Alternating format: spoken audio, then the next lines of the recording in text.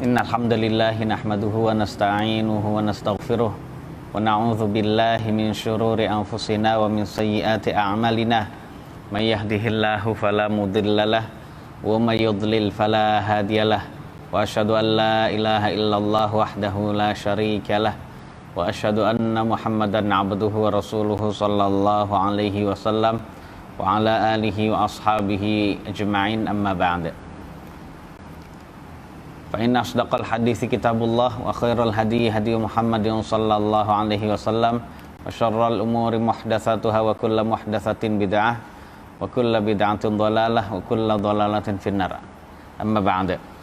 Ma'asyiral ikhwan, ma'asyiral muslimin wal muslimat dimanapun antum berada yang dimuliakan oleh Allah Subhanahu wa taala, puji syukur kehadirat Allah atas segala pemberian karunia dan juga anugerah yang sangat besar yang masih terus menerus dan juga tidak putus-putusnya Allah limpahkan dan curahkan pada kita semua.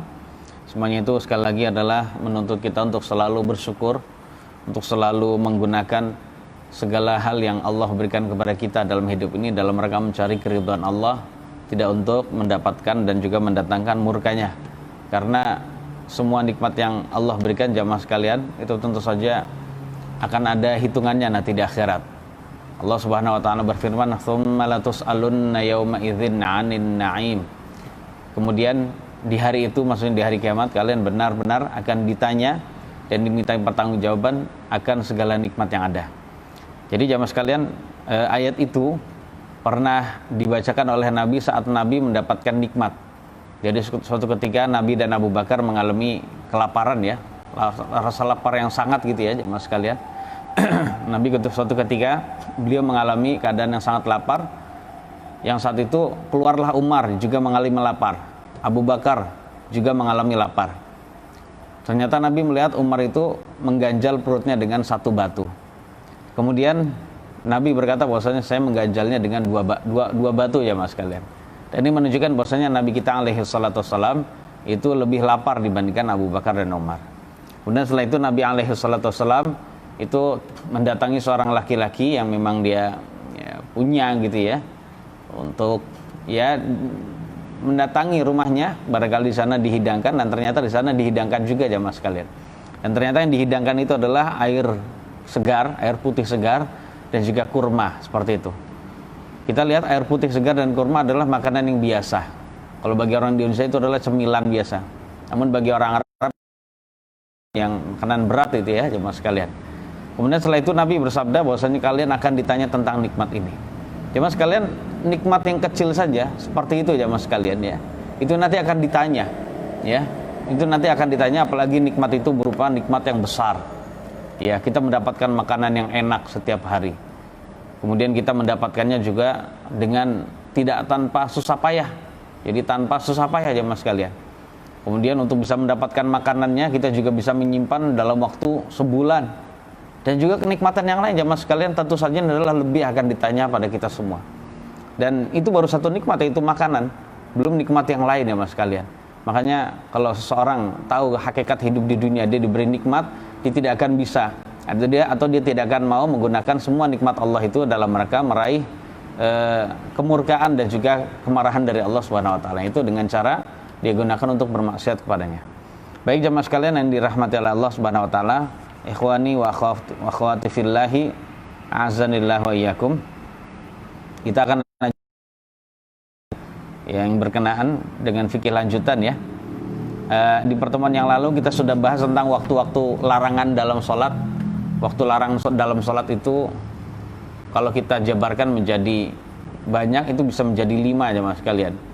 Pertama adalah setelah subuh, setelah asar, kemudian pas terbit matahari, kemudian ketika matahari berada tepat di atas langit gitu ya, sekiranya tidak ada bayangan sama sekali. Kemudian yang terakhir adalah ketika matahari akan terbenam, ya, akan terbenam. Dan kita juga sudah bahas ternyata dari waktu larangan tersebut juga ada pengecualian. Di antara pengecualiannya adalah sholat, ya. Jadi di hari Jumat itu tidak ada larangan ketika matahari berada di tengah langit, khusus hari Jumat. Jadi di hari Jumat itu hanya ada waktu larangan 4 saja, ya. Kemudian pengecualian yang kedua adalah sholat sunnah 2 rakaat tawaf, sholat sunnah tawaf ya di Baitullah. Ini juga tidak ada waktu larangan. kemudian mengqadha salat-salat wajib yang sudah terlewatkan waktunya, kemudian mengqadha salat-salat sunnah rawatib yang sudah terlewatkan waktunya, ya. Kemudian yang berikutnya adalah salat jenazah. Salat jenazah setelah salat subuh dan asar itu boleh jamaah sekalian, ya. Ini berdasarkan kesepakatan ulama. Dan yang terakhir yang diperbolehkan adalah as-salawatul lati laha sababun, yaitu salat-salat yang memiliki sebab. Dan berarti jamaah sekalian berdasarkan pembahasan yang telah lalu, ini belum saya jelaskan kemarin, ya, bahwasannya larangan dari melakukan sholat di dalam waktu-waktu larangan berdasarkan hadis-hadis yang sudah kita jelaskan jamaah sekalian, itu ternyata adalah larangan untuk melakukan sholat sunnah mutlak, ya, untuk melakukan sholat sunnah mutlak tanpa ada sebab gitu, ya. Dan juga diperuntukkan bagi orang, larangan ini juga diperuntukkan bagi orang yang sengaja mau melakukan sholat pada waktu larangan itu. Jadi sengaja ada waktu larangan langsung dia sholat padahal tidak ada, atau dia bukan termasuk salah satu dari 6 sebab itu, ya gitu, ya. Atau melakukan sholat sunnah yang selain yang disebutkan itu jamaah sekalian, seperti ada seorang ingin melakukan sholat sunnah istikharah, ini juga tidak boleh di waktu larangan, jangan, ya, seperti itu, karena berdasarkan keumuman dari dalil-dalil tentang larangan, ya, melakukan sholat di waktu-waktu 5 kemarin, ya, kita sudah jelaskan itu, karena tidak ada dalil yang memperbolehkan seseorang melakukan istikharah, ya, yang memperbolehkan seorang melakukan istikharah di waktu larangan. Jadi seperti itu. Kemudian jemaah sekalian, kita akan bahas fikih yang baru, ya, tema yang baru di dalam kajian fikih kita yang secara berurutan ini, ya mas sekalian. Itu kita akan bahas suatu fikih yang berkenaan dengan syiar Islam yang termasuk paling besar, ya, di dalam agama kita. Syiar ini adalah syiar yang memang setiap hari kita jumpai dan dengar gitu, ya. Syiar ini adalah syiar yang ternyata bisa menjadi pembeda antara negeri itu negeri yang kafir atau negeri itu beriman, atau negeri itu Islam, ya jemaah sekalian. Syiar ini adalah al-adzan wal iqamah, yaitu tentang adzan dan iqamah. Jadi jemaah sekalian, kita akan bahas tentang masalah fikih yang berkenaan dengan adzan dan iqamah.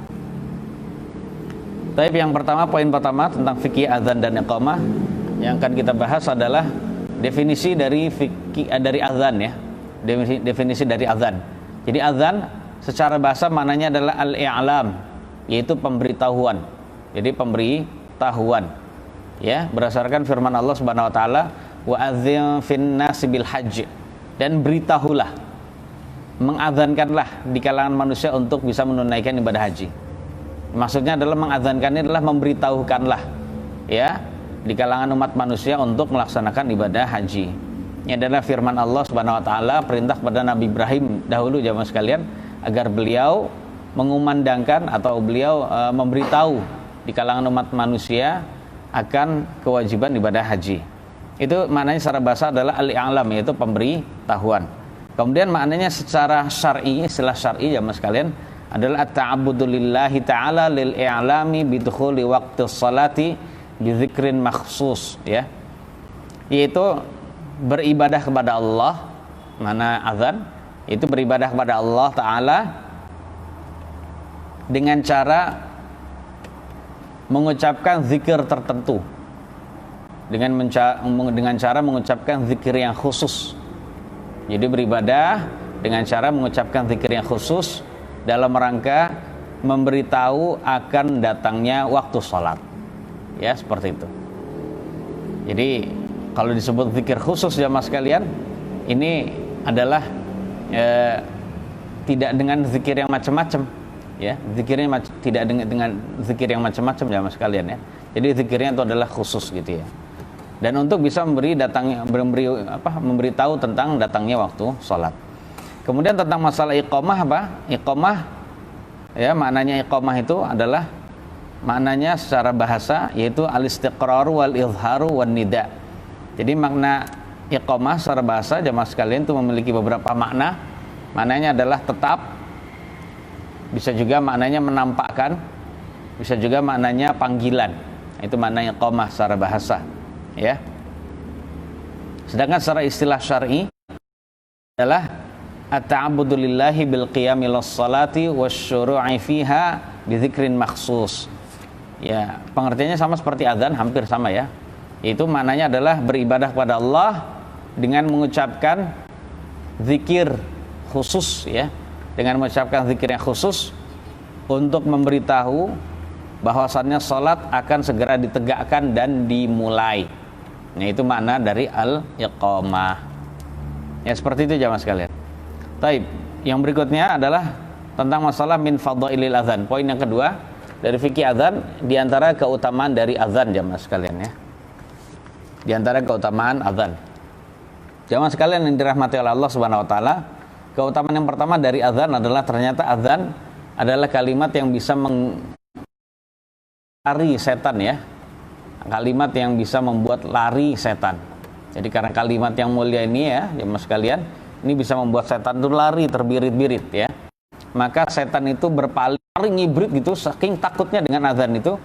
Ya, dia lari ke suatu tempat yang dia tidak bisa mendengar azan itu. Fa idza qudiya nida'u aqbala hatta idza thuwiba bis salati adbar. Jadi apabila kumandang azan sudah diselesaikan ya, maka dia datang lagi ke masjid. Datang lagi ke masjid sehingga ketika telah dikumandangkan iqamah untuk salat, setan itu berpaling lari lagi seperti tadi ya mas sekalian. Hatta idza qudiyat tathbibu aqbala. Hatta idza qudiyat tathwibu aqbala. Apabila jadi sehingga ketika kumandang iqamah telah selesai, dia datang lagi tuh ya mas sekalian, datang lagi. Hatta yakhtara bainal mar'i wa nafsihi, sampai dia membayang-bayangkan antara seseorang dan dirinya. Yaqul, sambil berkata begini membayang-bayangnya. Jadi membayang-bayangkan antara seseorang dengan dirinya di dalam sholat. Karena dia datang, udah mulai sholat, setan datang. Setan berkata gini, uzkur kaza, lima lam yakun yadhkur hatta yadhalla rajulu la yadri kam sholla. Jadi ingatlah kamu ini, ingatlah kamu itu. Ingat tadi kamu lagi begini, ingat kamu tadi begini. Jadi terkadang kita teringat sesuatu yang sudah terjadi tahunan yang lalu, beberapa tahun lalu, bahkan puluhan tahun lalu. Bahkan ketika kita masa kecilin, buat apa kita ingat? Itulah karena memang diingatkan oleh setan jamaah sekalian.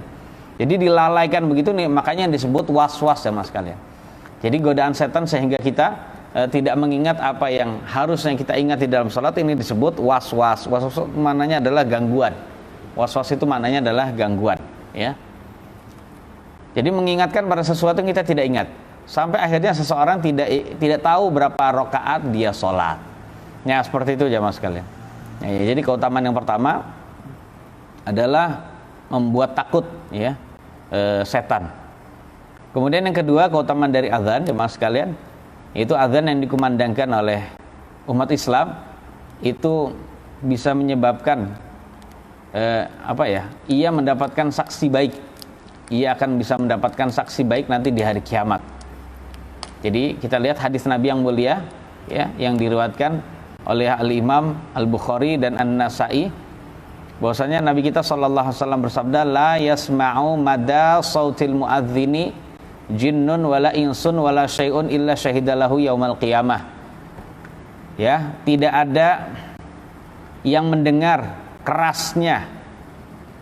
kerasnya suara muadzin, baik dari golongan jin, manusia dan apapun, melainkan semuanya itu akan menjadi saksi baik bagi dia di hari kiamat. Jadi jamaah sekalian ya, hadis ini menunjukkan bahwasannya keutamaan dari azan itu akan menjadikan muadzin tersebut memiliki saksi yang menyaksikan atau mempersaksikan kebaikan dia nanti di hari kiamat. Baik itu dari golongan jin, karena jin juga ada yang mendengar nanti jamaah sekalian. Kemudian baik dari golongan manusia ya. Kemudian baik dari makhluk apa saja, termasuk tembok-tembok masjid, batuan yang ada di sekitar masjid ya, jamaah sekalian. Kemudian tembok rumah umat Islam yang ada, itu semua nanti yang mendengar kerasan suara muadzin. Seandainya hanya terdengar tapi kecil, tapi kan mendengar itu juga pepohonan gitu ya, jamaah sekalian. Itu semuanya akan menjadi saksi bagi dia. Semuanya akan dibuat berbicara oleh Allah dan memberikan persaksian baik bagi dia. Dan ini tentu saja jamaah sekalian ya, juga terdapat faedah di dalam hadis ini, itu disunnahkan kalau kita azan itu dengan suara yang keras. Jadi tujuannya agar semakin banyak golongan jin, manusia, dan juga benda-benda apapun ya, benda-benda apapun yang mendengar suara tersebut lebih jauh ya, sehingga banyaklah saksi-saksi baik untuk dia di hari kiamat.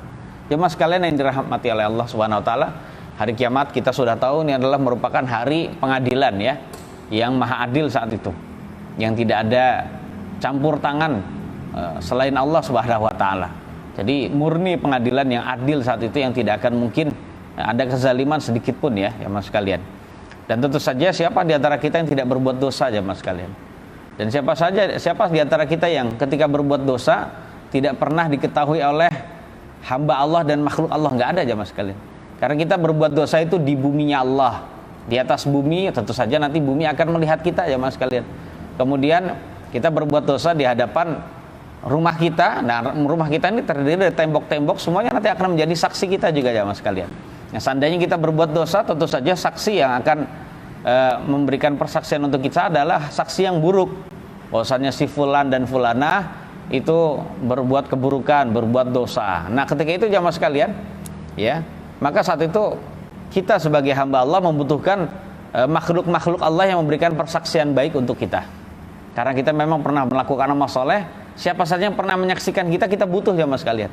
Jadi ibaratnya kalau kita sudah banyak persaksian yang buruk tentang kita gitu ya, maka saat itu kita membutuhkan persaksian yang baik di pengadilan agar lebih meringankan hukuman kita, bahkan meniadakan sama sekali. Nah, saat itu azan ternyata fungsinya demikian ya mas sekalian. Jadi ini adalah keutamaan yang tiada tara ya bagi seorang yang bisa ditakdirkan selalu mengumandangkan azan. Jadi berbahagialah ya mas sekalian. Makanya kalau masjid ini misalnya atau dimanapun gitu ya, azannya telat, muadzinnya itu tidak ada, kita langsung ngambil mic-nya azan, udah nggak masalah. Ya, jadi seperti itu ya. Kemudian karena keutamaan ini, siapa di antara kita yang tidak ingin mendapatkan saksi-saksi baik? Dan itu gratis ya mas sekalian. Kalau di dunia saksi-saksi baik itu harus kita bayar, gitu ya. Agar dia bisa menyaksikan baik bagi kita. Nah, dalam keadaan gitu kita saat itu gratis memiliki saksi yang baik gitu ya. Itu secara otomatis nanti bangsa jin itu juga akan mempersaksikan kita. Yang ketiga jamaah sekalian, keutamaan dari adzan itu akan mendatangkan pahala yang sangat besar. Nah, karena besarnya itu Nabi kita SAW itu merahasiakan pahala yang besar tersebut ya. Nabi tidak memberitahunya kepada umatnya. Karena bisa jadi Nabi kita tidak tahu jamaah sekalian ya. Nah, gitu ya. Nabi kita SAW bersabda dalam hadis yang sahih yang diriwayatkan oleh Al-Imam Al-Bukhari dan Muslim jamaah sekalian. Nabi bersabda, "Lau ya'lamun nasu ma fin nida'i was-safil awwal, thumma lam yajidu illa ayastahimu 'alaihi lastahamu." Seandainya manusia mengetahui keutamaan besar dan kebaikan yang sangat banyak yang ada pada azan dan shaf pertama, kemudian mereka tidak bisa menjumpai keduanya tersebut melainkan dengan cara mengundi, pasti mereka akan mengundi karena rebutan itu jamaah sekalian. Saya yang azan, oh enggak, saya yang azan, kamu sudah pernah azan, saya belum pernah azan, nah gitu ya. Saya shaf pertama enggak, saya dong, saya lebih tua. Yang masalah kebaikan nggak ada orang tua, ya betul juga memang ya, nggak masalah gitu ya. Nah, dalam keadaan rebutan begitu karena melihat sudah tahu pahalanya jamaah sekalian ya. Seandainya tahu keutamaan besar dan mereka akan berebut, maka pasti akan mereka tidak bisa menjumpai keduanya melainkan dengan cara mengundi, pasti mereka akan mengundi. Nah, berhubung mereka tidak tahu jamaah sekalian, ya kalau Nabi sudah bersabda begini pasti betulan pahalanya besar jamaah sekalian. Ya. Nah, berhubung manusia banyak semuanya nggak ada yang tahu, sehingga mereka kalau sholat ya ngalah, Anda aja di shaf pertama deh gitu, saya di belakang aja gitu. Takut nggak bisa nanti gantiin imam gitu ya, atau takut apa gitu ya, saya masih belum pantas gitu. Suruh adzan gitu, suaranya lagi serak ini ya, nggak mau dia gitu ya. Karena itu tadi jamaah sekalian. Karena intinya adzan adalah suara keras saja, nggak harus lagunya itu bagus gitu ya. Pokoknya dia suaranya keras tanpa ada lagu pun tidak mengapa. Ya, tanpa ada lagu pun tidak mengapa, yang penting dia mengumandangkan kalimat azan. Maka saat itu dia akan mendapatkan pahala yang sangat besar. Yang keempat, keutamaan azan adalah para muadzin itu adalah orang yang paling panjang lehernya di hari kiamat, ya. Kita lihat Nabi alaihi salatu wasallam bersabda, al muadzinuna atwalun nas a'naqan yaumal qiyamah. Jadi orang-orang yang azan, para tukang azan gitu ya, adalah orang-orang yang paling panjang lehernya. Paling panjang lehernya pada hari kiamat. Apa makna sabda Nabi ini jamaah sekalian? Apakah para muadzin itu akan seperti onta gitu, atau jerapah gitu, lehernya paling panjang gitu ya? Jadi maknanya ini adalah suatu kiasan ya maknanya. Ini kiasan maknanya, para ulama juga berbeda pendapat tentang masalah apa sih makna dari sabda Nabi ini. Ada ulama yang mengatakan bahwasannya dia adalah orang yang paling unggul ya derajatnya nanti di hari kiamat. Ya itu tadi jamaah sekalian. Jadi sama seperti dia paling unggul dan dikenal dengan kebaikannya di hari kiamat. Sama seperti orang kalau lehernya panjang itu kan kelihatan itu lehernya si fulan gitu ya. Oh itu lehernya ini dan itu maksudnya demikian. Tapi bukan berarti hakikatnya dia lehernya akan panjang, tidak. Jadi artinya dia adalah orang yang akan dikenal di hari kiamat saat berkumpul orang-orang yang awal dan yang akhir ya. Dia akan dikenal dengan apa? Dengan kebaikannya. Kemudian ada lagi ulama yang berkata bahwasanya dia akan jadi para muadzin akan menjadi orang yang paling cepat masuk surganya. Jadi saat orang lama masuk surga karena urusan ini dan itu, tapi karena dia rajin azan saat di dunia jamaah sekalian, dia akan menjadi orang yang paling cepat masuk ke dalam surganya. Wallahu a'lam bishawab. Ya, intinya itulah penafsiran dari para ulama. Kemudian jemaah sekalian, keutamaan yang kelima dari azan, yaitu azan ternyata bisa membuat kagum dari Rabb kita. Bisa membuat kagum Rabb kita subhanahu wa ta'ala, dan juga akan menghapus dosa serta memasukkan pelakunya ke dalam surga. Iya. Kalau sudah tahu begini jemaah sekalian, kenapa kita malas untuk azan? Ya. Kalau sudah tahu demikian ini, kenapa kita malas untuk azan? Kita lihat hadis Nabi yang mulia riwayat Imam Abu Dawud, An-Nasai dan lainnya. Nabi kita sallallahu alaihi wasallam bersabda, ya'jibu rabbukum min ra'i ghanamin fi ra'si syadhiyatin bijabalin yu'adzinu bis-shalah wa yusalli. Rabb kalian, kata Nabi, itu merasa kagum. Rabb kalian kagum terhadap pengembala kambing yang berada di puncak gunung, yang berada di puncak gunung, mengumandang ketika sudah masuk waktu sholat, dia mengumandangkan azan untuk sholat dan melakukan sholat, walaupun dia sendirian ya mas kalian, walaupun dia sendirian di puncak gunung, nggak ada yang lihat, dia sendirian, pedalaman betul itu ya mas kalian, puncak gunung, waktu sholat datang, dia azan dan sholat sendirian. Fayaqulullahu azza wa jal, Allah subhanahu wa ta'ala berfirman, unzuru ila abdi hadha yu'adzinu wa yuqimus salata yakhafu minni qad ghafartu li abdi wa adkhaltuhul jannah.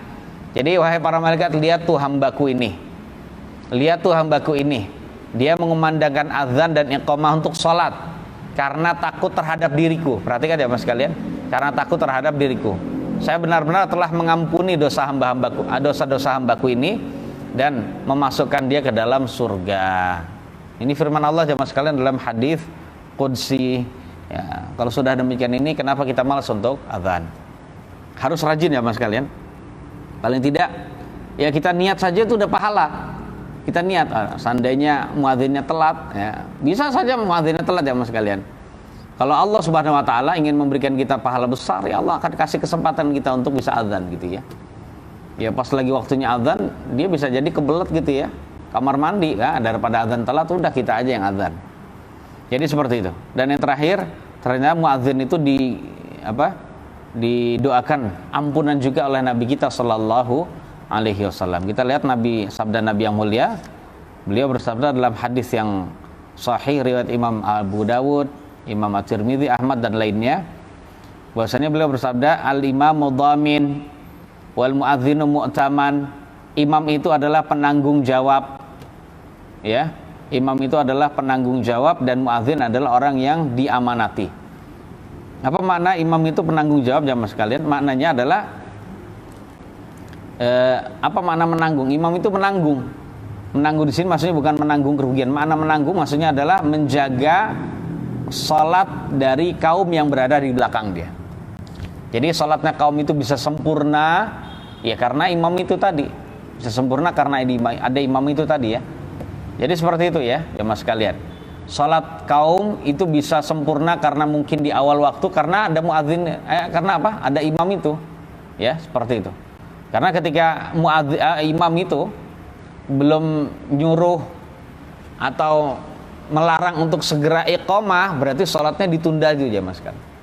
Nah, penundaan salat kita sudah tahu bahwasannya ini akan bisa menjadikan pahala kita itu berkurang dan semakin berkurang, bahkan tidak ada pahala sama sekali, nggak ada kebaikan sama sekali. Walaupun itu masih dalam waktu tidak berdosa tapi sudah hilang. Nah, seperti itu jamaah sekalian. Ya, imam itu adalah yang menjaga salat salat kaum yang berada di belakang mereka.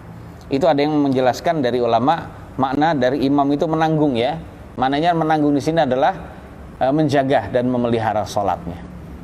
Kemudian ada lagi ulama yang berkata makna imam itu menanggung atau bertanggung jawab, maknanya adalah inna salatal muqtadina fi uhdatihi wa sihhatihi maqrunatun bi sihhati salatihi.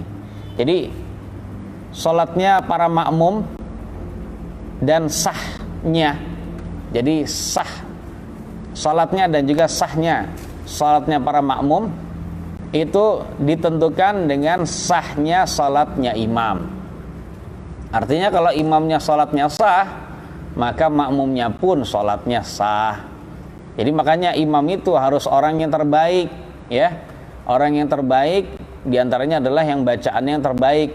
Karena kalau baca Al-Fatihah saja belepotan, salat dia tidak sah, lagi mana salatnya makmum. Itu ada ulama yang berpendapat demikian. Jadi seperti itu jamaah sekalian. Makanya ini adalah orang pilihan. Ada lagi yang berkata bahwasannya makna imam itu menanggung. Maksudnya menanggung itu adalah menanggung bacaan dari makmum di sebagian kondisi, ya. Sebagian kondisi seperti menanggung bacaan Al-Fatihah dari makmum masbuk yang menjumpai imam dalam keadaan sudah ruku'. Jadi imam ruku', makmum masbuk Allahu Akbar berdiri tegak, habis itu ruku', masih jumpai bersama dengan imam, maka walaupun tidak ikut berdiri baca Al-Fatihah dengan imam, bahkan dia tidak baca Al-Fatihah sama sekali gitu ya, akan tapi dia langsung ruku', maka dia tetap tidak ketinggalan rakaat tersebut sebab bacaan dia sudah ditanggung oleh imam. Jadi demikian ya mas sekalian. Dan ada lagi yang berkata makna imam menanggung itu adalah menanggung. Jadi makna dari menanggung itu adalah imam harus menanggung. Jadi imam menanggung doanya para jamaah. Jadi imam menanggung, maknanya menanggung itu adalah menanggung doanya para makmumnya, yang mana ia tidak boleh mendoakan dirinya sendiri di dalam sholat tersebut. Dan ini terkhusus zaman sekarang adalah, jadi pas lagi dia ngimami, jadi bacaan doanya itu tidak boleh dia mufradkan jamaah sekalian. Tidak boleh dia mufradkan. Jadi dia harus baca kami. Dia harus baca jamakkan ya, dijamak gitu ya. Dan ini terkhusus adalah untuk doa kunut saja. Ya, doa kunut saja, yaitu seperti kunut nazilah, seperti kunut witir, dan juga bagi mazhab Asy-Syafi'i di negeri kita adalah seperti kunut subuh gitu ya. Jadi nggak boleh imam itu membaca begini, Allahumma hdini fiman hadait wa'afini fiman afait wa tawallani, tidak boleh. Yang benar itu adalah Allahumma hdina, bukan dini tapi dina. Nah ini karena menunjukkan bahwasannya imam ya menanggung doanya para makmum. Sebab apa? Makmum itu ya tidak membaca doa, dia hanya mengamini. Nah ketika makmum membaca doa, ketika mengamini saja, maka adalah selayaknya dan juga sangat sepantasnya bagi imam untuk membaca dengan jamak, karena imam itu adalah perwakilan dari para makmum saat menghadap Allah dan meminta kepadanya. Jadi tidak boleh adapun bacaan yang lain selain kunut itu diperbolehkan. Karena Nabi SAW ya, berkali-kali beliau sholat dinukil ya, maka bacaan sholat beliau itu adalah untuk dirinya sendiri. Ini selain yang kunut ya mas kalian. Beliau ngimami sholat tapi bacanya ternyata untuk diri sendiri. Seperti ada riwayat yang Nabi pas lagi duduk di antara dua sujud beliau membaca Rabbighfirli. Beliau tidak baca Rabbana ighfir lana, tidak. Ada lagi riwayat beliau membaca Rabbighfirli warhamni wajburni warfa'ni wahdini wa'afini warzuqni. Ini semua amali gitu ya. Jadi tidak Rabbana ighfir lana warhamna wajburna, tidak demikian ya mas. Nabi bacanya ni dan li, berarti menunjukkan aku. Nah ini diperkenankan boleh. Yang tidak boleh tadi apabila seorang imam membaca doa kunut ya, kunutnya tadi yang 3 tadi kami sebutkan itu. Kemudian Nabi bersabda juga wal muadzinu mu'tamanun. Muadzin itu adalah orang yang diamanahi. Muadzin itu adalah orang kepercayaan. Ya, kok bisa kepercayaan? Iya, dipercaya menjaga waktu sholatnya dan waktu puasanya manusia. Jadi kalau ada muadzin azan sebelum waktunya, ini fatal. Sekali lagi ada muadzin dia melakukan azan sebelum waktunya, berarti ini fatal. Itu bisa menyebabkan sholatnya manusia tidak diterima karena azan subuhnya kecepatan. Dan juga bisa otomatis mengharamkan manusia untuk makan padahal masih boleh makan gitu ya. Kemudian bisa menyebabkan batalnya puasanya seseorang atau tidak sahnya sholat maghribnya seseorang gitu ya. Atau sholat apa saja, nggak hanya maghrib saja ya. Seperti itu, ini hanya contoh ya. Jadi makanya fatal ya mas Gal, karena ibadah. Jadi yang berkenaan dengan azan itu tidak hanya ibadah besar sholat, tapi puasa pun demikian. Ibadah siam pun demikian, baik yang wajib maupun yang sunnah. Fa arsyadallahu al-a'immata wa ghafara lil muadzinin. Maka semoga Allah memberikan petunjuk dan bimbingan kepada para imam-imam salat dan memberikan ampunan kepada para muadzin. Jadi demikian ya mas sekalian. Kemudian yang berikutnya, poin yang berikutnya jemaah sekalian yang dirahmati oleh Allah Subhanahu wa taala. Oh iya, ini masih keutamaan azan. Keutamaan yang ketujuh, azan itu lebih utama dibandingkan menjadi imam salat. Ya, ini menurut suatu pendapat dari ulama ya, berdasarkan hadis-hadis yang lalu. Karena di antara hadis-hadis itu tidak ada yang menjelaskan, jadi saya belum tahu ada hadis yang menjelaskan tentang keutamaan jadi imam salat. Tapi yang ada keutamaan adalah menjadi muadzin. Betapa banyak tadi ya keutamaan. Makanya sebagian ulama itu menyimpulkan dari hadis-hadis yang ada tentang keutamaan muadzin itu lebih utama dibandingkan orang yang jadi imam sholat gitu ya, seperti itu. Alasannya apa? Ya itu tadi, imam itu adalah orang yang bertanggung jawab, sedangkan muadzin itu adalah orang yang dikasih amanat, dan amanah itu nilainya atau tingkatannya lebih tinggi dibandingkan tanggungan ya, seperti itu. Ampunan, doa ampunan dari Nabi tadi, muadzin didoakan ampunan. Sedangkan imam sholat didoakan apa? Didoakan mendapatkan bimbingan dan juga arahan serta hidayah gitu ya. Sedangkan ampunan yang Nabi doakan untuk muadzin itu lebih tinggi juga dibandingkan petunjuk gitu ya. Dan itu tentu alasannya kenapa muadzin itu lebih utama, azan lebih utama dibandingkan imam sholat. Mungkin ada yang berkata bahwasannya, loh kalau muadzin lebih utama, kenapa Nabi tidak menjadi muadzin? Gitu aja ya. Nah jawabannya begini jamaah sekalian, kenapa Nabi dan para khulafaur rasyidin, pemimpin umat Islam yang dahulu gitu ya, itu tidak menjadi muadzin gitu ya, tidak azan juga?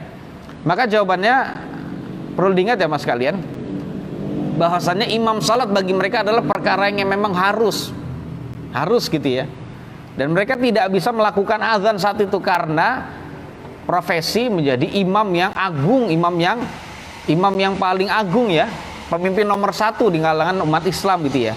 Dan tidak mungkin di antara mereka Nabi dan juga siapa? Nabi dan juga para khulafaur rasyidin menggabungkan antara menjadi imam salat dan juga azan. Ya, karena di sana ada kewajiban yang maslahatnya jauh lebih besar, yaitu maslahat ngurusin orang itu.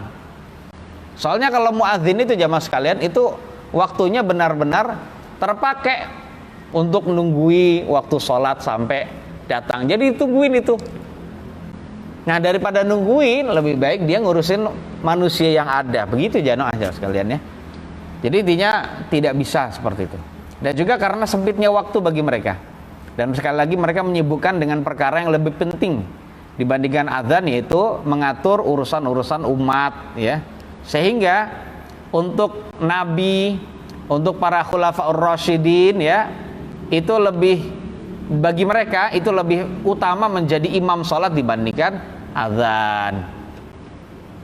Namun bagi kita orang biasa, maka yang lebih utama adalah jadi muadzin jamaah sekalian, ya, seperti itu.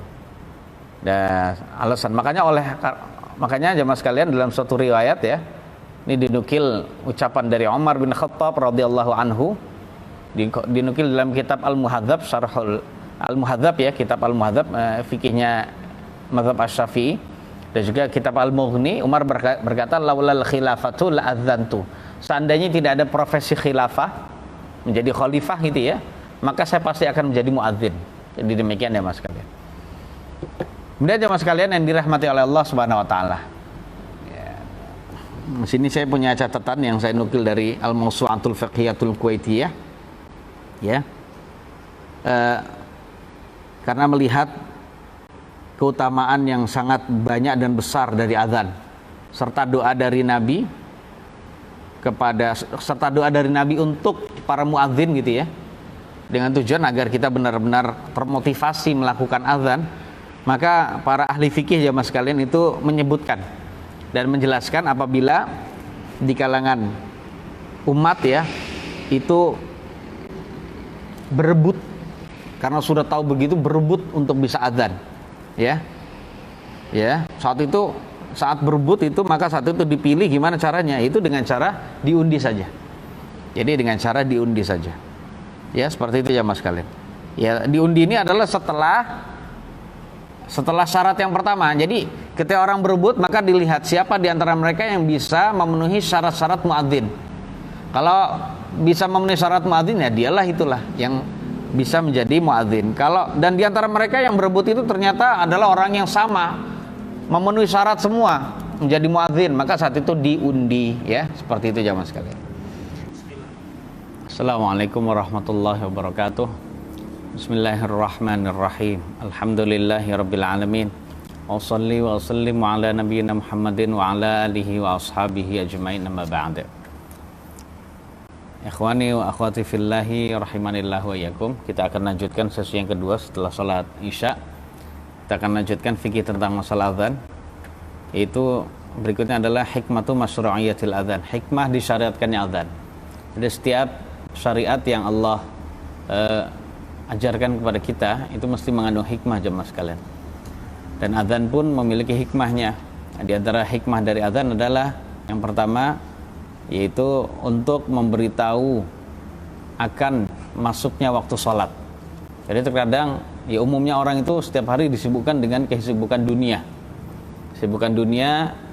dan seringkali dia tidak bisa melihat waktu, ya, karena pikiran itu banyak gitu, ya. Maka dengan adanya azan itu bisa mengingatkan mereka dan memberitahu bahwasannya waktu sholat yang merupakan ibadah dan tujuan satu-satunya mereka hidup di dunia telah tiba. Karena hakikatnya jamaah sekalian, kita hidup itu hanyalah menunggu sholat. Adapun kegiatan selain sholat itu hanyalah sambilan, ya, hanyalah sambilan saja. Yang kedua adalah i'lamu bismillahi bitakbir. Hikmah yang kedua adalah memberitahu, ya, nama Allah dengan cara kita mengagungkan dan membesarkannya. Jadi karena kita membaca Allahu Akbar, Allahu Akbar, Allah adalah yang paling besar di antara yang lain, gitu, ya. Atau Allah itu lebih besar daripada segala sesuatu. Jadi dengan azan jamaah sekalian ternyata itu bisa mengumandangkan nama Allah yang besar, gitu, ya. Kemudian hikmah yang berikutnya adalah menampakkan syariatnya jamaah sekalian. Jadi menampakkan syariat Allah Subhanahu wa taala. Jadi jemaah sekalian, dengan adanya azan kita bisa menampakkan syariatnya, yaitu syariat untuk berzikir padanya. Ya, syariat untuk berzikir padanya dan juga salat, karena di dalam azan itu ada panggilan untuk salat. Kemudian di antara keutamaan hikmah dari azan adalah rif'atu rasulihi, mengangkat nama dari Nabi Muhammad SAW. Karena nama Nabi disebutkan juga di dalam azan setelah syahadat yang pertama. Nah, ini sebagai bentuk kemuliaan dan juga pengagungan dari Allah kepada Nabi. Dan ini sesuai dengan firman Allah Subhanahu wa taala, wa rafa'na laka dzikrak. Jadi sebutan dan namamu wahai Muhammad kami angkat gitu ya.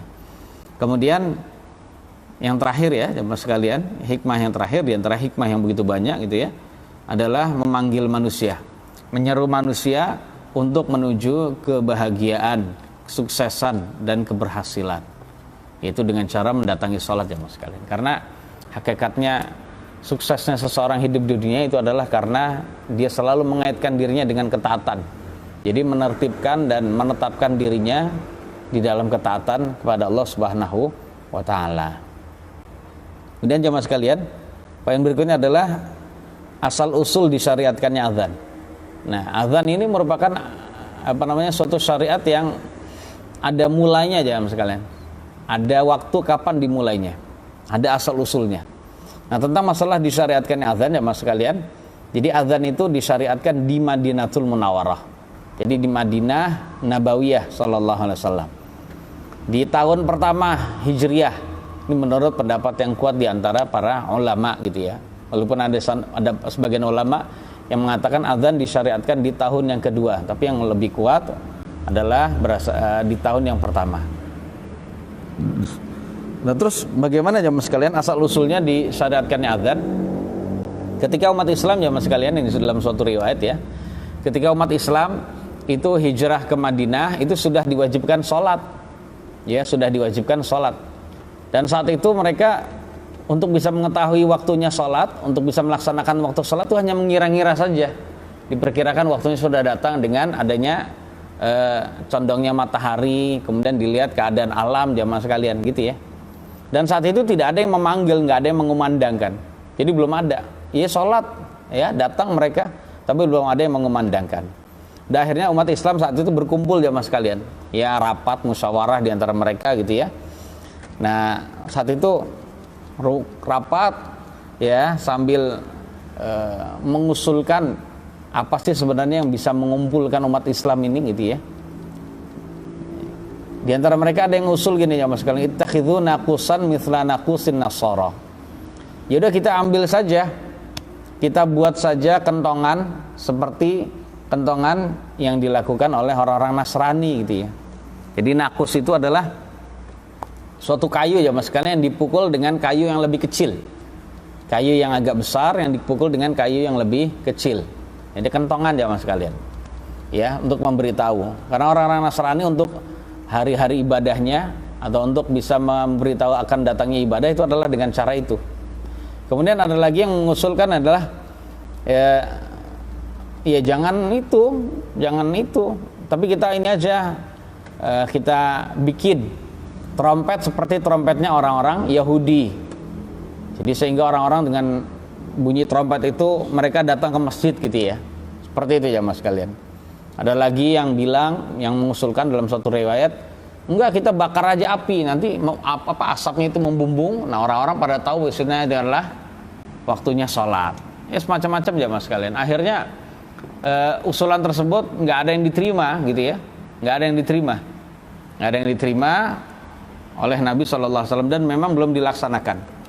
Sepertinya nggak serk sebab usulan-usulan tersebut adalah usulan yang memang menyerupai ya cara dari ibadahnya umat beragama lainnya. Kemudian zaman sekarang sudah mereka bubar tanpa ada hasil gitu ya. Akhirnya seorang sahabat Nabi yang mulia Abdullah bin Zaid bin Abdi Rabbih ya mas sekalian, itu beliau datang ke rumahnya, kemudian karena ngantuk ya tidur seperti biasa umumnya orang gitu ya. Nah di dalam tidur dia didatangi oleh seorang laki-laki ya mas sekalian. Jadi didatangi oleh seorang laki-laki karena salah satu usulan dari manusia adalah kita memakai kentongan. Akhirnya dia pas lagi mimpi, dia mimpi dengan kentongan itu ya mas sekalian. Jadi mimpi dia membawa kentongan untuk memberitahu waktunya sholat. Nah di dalam mimpi itu jamaah sekalian, itu didatangi oleh seorang laki-laki. Dia laki-laki itu berkata, atabi'un naqus, wahai hambanya Allah, ya Abdullah atabi'un naqus, apakah kamu jual, wahai hambanya Allah, apakah kamu jual kentongan itu? Kemudian si Abdullah bin Zaid bin Abdul Rabbi dalam mimpinya dia berkata, tidak, saya tidak jual. Untuk apa kamu memakai nakus itu, nakusnya kentongan itu ya, untuk memberitahu waktunya sholat. Kemudian laki-laki dalam mimpinya itu, siapa sih laki-laki ini jamaah sekalian? Itu tentu saja malaikat ya, tentu saja malaikat yang Allah jelmakan menjadi itu tadi ya, yang Allah jelmakan menjadi laki-laki. Mau nggak? Setelah itu laki-laki itu berkata, maukah kamu saya tunjukkan suatu kalimat yang bisa kamu ucapkan ketika mengumandangkan azan, mengumandangkan datangnya waktu sholat, untuk bisa memanggil orang untuk mengumpulkan orang untuk melaksanakan sholat gitu ya. Ya saya mau gitu ya. Apa itu? Akhirnya diucapkanlah kalimat azan itu, Allahu Akbar, Allahu Akbar, Allahu Akbar, Allahu Akbar, sampai la ilaha illallah gitu ya. Kemudian setelah itu dia bangun, Abdullah bin Zaid bin Abdul Rahbi itu bangun jamaah. Setelah itu dia datang memberitahu kepada Nabi SAW, menceritakan impiannya itu. Kemudian jawaban Nabi, innaha la ru'ya haqqin. Oh, ini adalah impian yang hak, impian yang benar. Oh, Nabi yang seperti itu. Sahabat Nabi ketika dapat mimpi tentang agama nggak langsung dia anggap benar jamaah sekalian sebelum beliau menyampaikan kepada Nabi SAW. Kalau Nabi bilang iya, berarti ini disebut sunnah takririyah, ya, sunnah takririyah. Ini adalah termasuk sunnah Nabi juga, gitu ya. Nah, setelah itu Nabi SAW bersabda, ajarkanlah kalimat azan ini kepada Bilal, karena Bilal itu lebih keras suaranya dan lebih panjang daripada kamu. Akhirnya diajarkan Bilal itu. Dan sampai azan ketika setelah Bilal diajarkan azan, ya Bilal sudah bisa. Pas sudah datang waktu sholat, Nabi bersabda, ya Bilal qum fanadi bis sholah. Ya wahai Bilal, berdirilah kamu, kumandangkanlah azan untuk sholat. Akhirnya Bilal azan, jamaah sekalian ceritanya. Bilal azan. Saat itu azannya Bilal didengar oleh Umar bin Khattab. Ini kalimat seperti yang saya dengar di dalam mimpi saya, yang saya lihat diajari oleh seseorang di dalam mimpi saya. Umar begitu. Akhirnya Umar segera mendatangi Nabi. Wahai Nabi, saya diajarkan suatu kalimat untuk memanggil sholat seperti yang diucapkan oleh Bilal bin Rabah itu. Kemudian jawaban Nabi, kamu kedahuluan oleh siapa? Abdullah bin Zaid itu tadi, wahai Umar. Jadi intinya seperti itu ya mas kalian yang dirahmati oleh Allah Subhanahu wa taala. Itu adalah kisahnya azan itu dikumandangkan. Baik, insyaallah di pertemuan yang akan datang kita akan jelaskan tentang hukumnya azan dan juga syarat-syarat dari azan ya. Di antara jamaah sekalian ya silakan ada yang mau bertanya. Jadi ternyata syarat, kenapa disebut ada syarat azan ya mas sekalian? Karena nggak setiap azan yang dikumandangkan oleh seseorang itu sah ya, nggak setiap itu. Jadi harus azan yang memenuhi syaratnya. Baik, silakan ada yang mau bertanya, dipersilakan.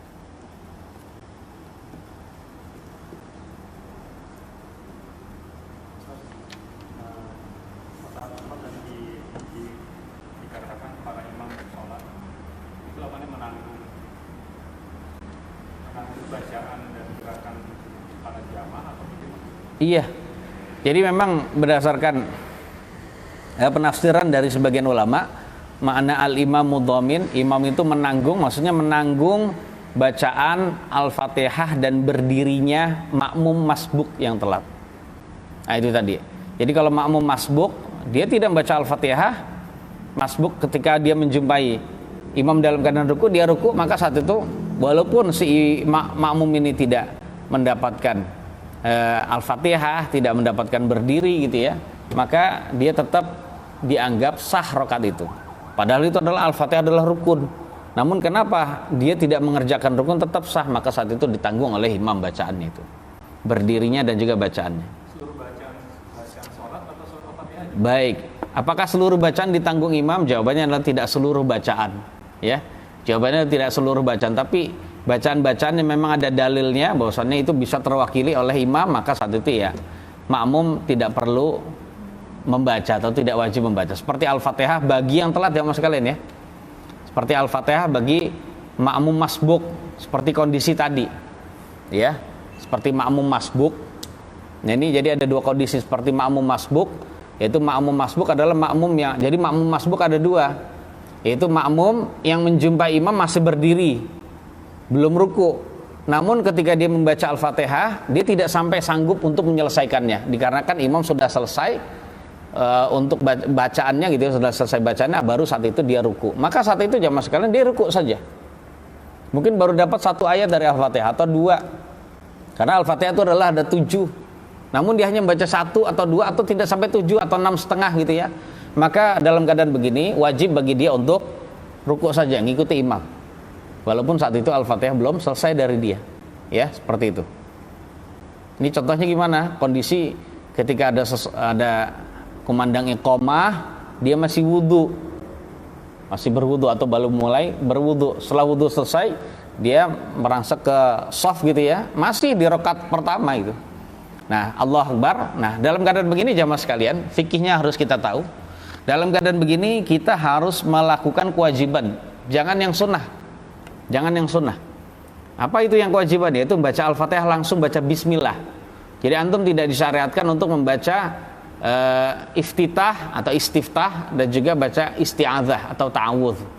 Jadi langsung Allahu Akbar, Bismillahirrahmanirrahim, Alhamdulillahirabbil alamin, dan seterusnya. Setelah Ar-Rahmanir-Rahim kok imam ruku, ya sudah antum ruku, tidak mengapa. Sebab bacaan yang sisa dari Al-Fatihah ditanggung oleh imam. Yang kedua, masbuk yang kedua adalah masbuk saat imam ia jumpai dalam keadaan ruku. Maka saat itu ya dia takbir dalam keadaan berdiri, tetap jamaah sekalian. Berdiri Allahu Akbar, ruku gitu ya. Nah, ketika dia menganggap dirinya sama dengan imam, artinya berbarengan dengan imam rukunya, ya saat dia ruku, imam masih ruku, maka saat itu dia mendapatkan rakaat tersebut walaupun dia tidak membaca Al-Fatihah dan tidak sempat berdiri gitu ya. Wallahu a'lam bishawab, itu maksudnya. Adapun bacaan yang lain, ya dia harus baca seperti bacaan-bacaan yang sunnah, bacaan-bacaan yang rukun lain seperti tasyahud, dia wajib baca.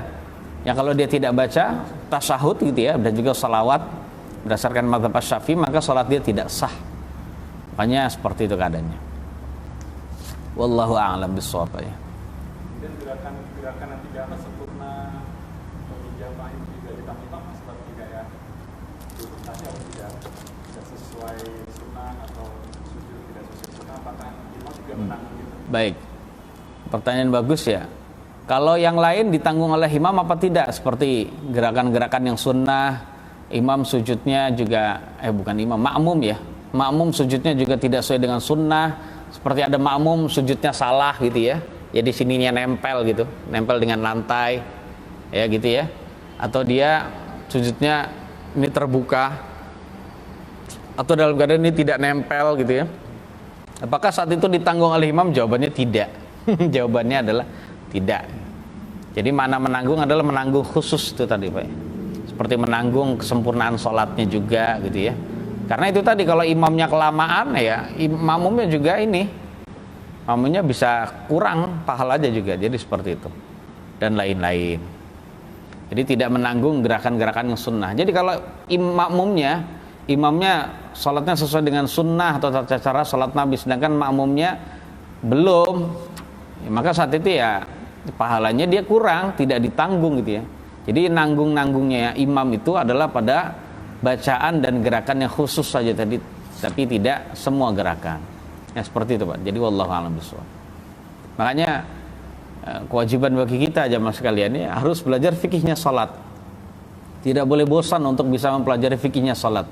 Karena belum tentu salat dia itu sempurna. Padahal salat itu adalah khairu a'malikumus shalah kata Nabi. Jadi perbuatan kalian yang terbaik itu adalah salat.